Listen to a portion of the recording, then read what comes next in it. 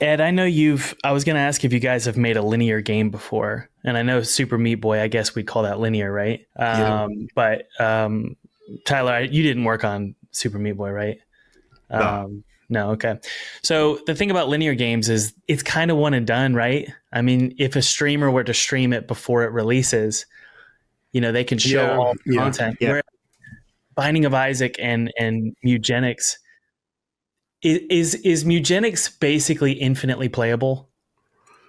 I mean, to a point. I mean, as much as Isaac is. Yeah. Okay. And it's fully dynamic, always changing all the time. So even if someone was to stream the game, they're not going to even get a tiny. No. Yeah. No two streamers are going to have the same run. Yeah. And that's the charm of it, right? I mean, yeah. Did you guys make the game with that in mind, knowing that is a marketable thing to do?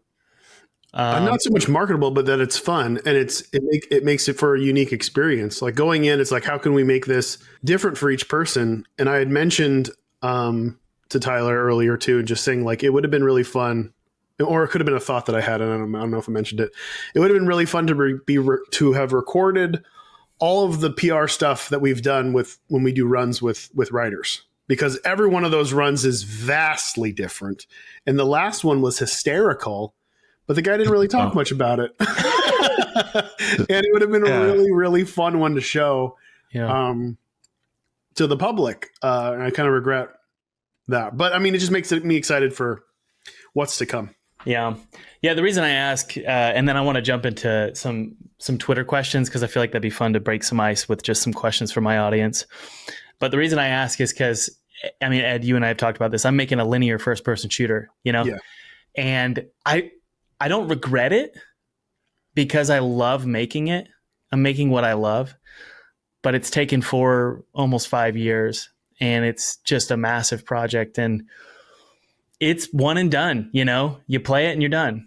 And I'm just sitting here at the end of the project, ready to ship it, almost ready to ship it, and I'm thinking, Is this not a feasible way to make games anymore? A linear game, not very dynamic. It's fun. It's a great story. It feels good. What do you guys think? Is that a feasible way to make games anymore? Yeah, I mean, aren't all like the major blockbuster games linear games? I wouldn't say so anymore. I don't know. Like I don't know. I don't really play. They're all like they're all like open world, like do open world stuff, type things. Sandboxy. Yeah, they still make games like Last of Us. I mean, Resident Evil is not going to be sandboxy. Correct. Yeah, true. Resident Evil, I feel like, I'm not saying it is like nobody makes linear games anymore. What I'm saying is I think it's still viable. Yeah. I think in a lot of ways there are a certain amount of people out there who look at a game like Isaac or Mugenics and think to themselves, I don't have that amount of time. Yeah, I don't want to play a 200-hour game. Yeah. Like, isn't the new big giant indie game Hollow Knight Silk Song? That's a linear game for the most part. It's a Metroidvania. Metroidvania. Do we consider Metroidvania linear games? Yes, I would consider that a linear game. There's like two paths. There's a few branching paths, but that is. I think don't we consider that linear? Linear is a weird word. I like. Yeah. One single player campaign. Story driven. Yeah. Story driven. Do you guys ever? Do you ever wish you had some time to do that, or do you enjoy creating these? We were working on one. When Tyler moved to Santa Cruz, we started on Ether, a full version of Ether, which was the first game that we made together. Yeah. And that was, I mean, I guess it's linear. I mean, you would still get to go wherever you wanted. It's open world. It wouldn't have been linear, what we were talking about for it. Yeah, I guess it's still open world. Yeah. The End is Nigh was a linear game.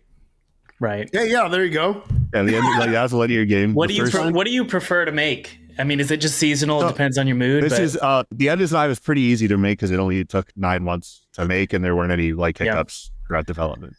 Platformers aren't the hardest thing in the world. Fun part about working on something like Mugenics is infinitely replayable is that you don't get bored of it while making it.